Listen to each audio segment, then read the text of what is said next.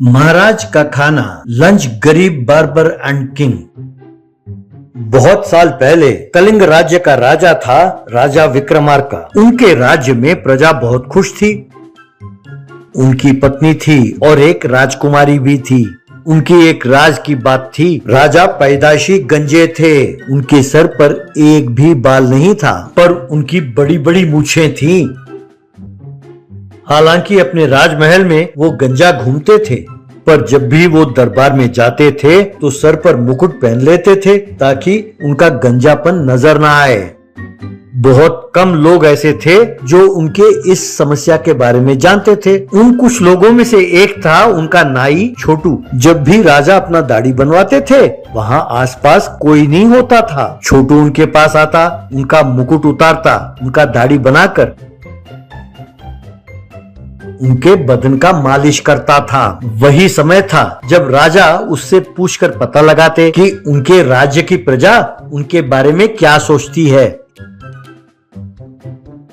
इसी तरह एक दिन राजा ने उससे पूछा तो छोटू ने कहा, महाराज, आपके राज्य में प्रजा बहुत खुश है। सब यही कहते हैं कि आप जैसे राजा उनके राज्य का राजा बना, ये उनका सौभाग्य है। वो ये भी कहते हैं इसीलिए पड़ोसी राज्य के राजा को आपसे ईर्ष्या है और आपसे नाराज भी हैं। हमारे देश की प्रजा उस राजा के साथ युद्ध करने के लिए तैयार है। ये सुनकर महाराज बहुत खुश हुए। ऐसे प्रजा की सेवा करना मेरे लिए खुशी की बात है। आज तुमने जो कहा मुझे सुनकर बहुत अच्छा लगा। ये लो मेरे ओर से इनाम। कह के उन्होंने सोने का हार दिया। उसे लेकर छोटू बहुत खुश हुआ।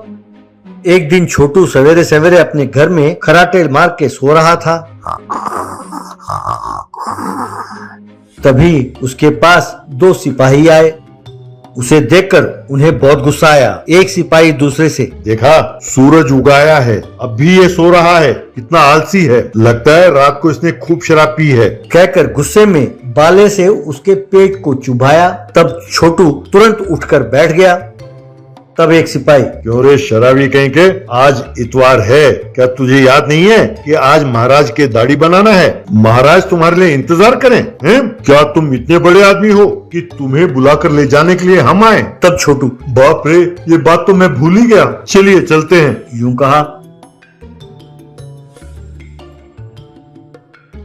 यूं वो राजमहल गया, महाराज से माफी मांगी और उनका दाढ़ी बनाने लगा। वो अभी भी नींद में था, ऊँग रहा था। ऊँगते ऊँगते उसने दाढ़ी बनाई। तब अचानक गलती से उसका उस्तरा महाराज के मूंछों पर लग गई और थोड़ा मूंछ कट गया।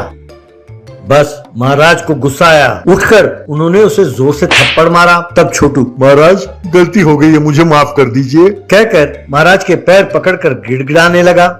तब महाराज, अरे गंजा हूँ तो मैं मुकुट पहनकर संभाल लेता हूँ, अब तो तूने मेरे मूछें भी निकाल दी। अरे मूर्ख, अब मैं क्या करूँ? तब छोटू, महाराज आप चिंता ना करें, मुझे बस एक दिन का समय दे, मैं आपके लिए नकली मूछें बनाकर ले आऊंगा और उसे चिपका दूंगा। यूं कह ही रहा था कि पड़ोसी देश के सिपाही कुछ लोग दरवाजे को तोड़कर अंदर प्रवेश कर गए। उन्होंने बिना बाल के और मूछों के महाराज को पहचाना नहीं। उन्हें देखकर महाराज हैरान रह गया। तब उनमें से एक सिपाही, हम सब राजा रवि वर्मा के सिपाही हैं, हम राजा विक्रमार्का को मारने आए हैं। चुपचाप हमें बता दो कि वो कहाँ है। ऐसा करोगे तो हम तुम्हें छोड़ देंगे। तब छोटू, महाराज वो दूसरे कमरे में हैं, आप लोग वहीं जाइए। यूं कहा। वे उस कमरे में गए तो उन्होंने देखा वहां महाराज के बहुत सारे सिपाही खड़े थे। वहां घमासान हुआ। उन सब सिपाहियों को महाराज के सैनिकों ने बंदी बनाया और उन्हें कारागार में डाल दिया।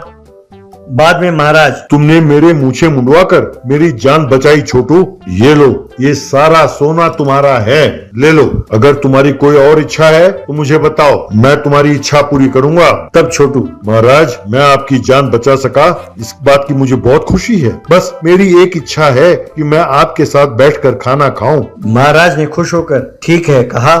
यूं दोनों ने मिलकर बहुत बढ़िया दावत की।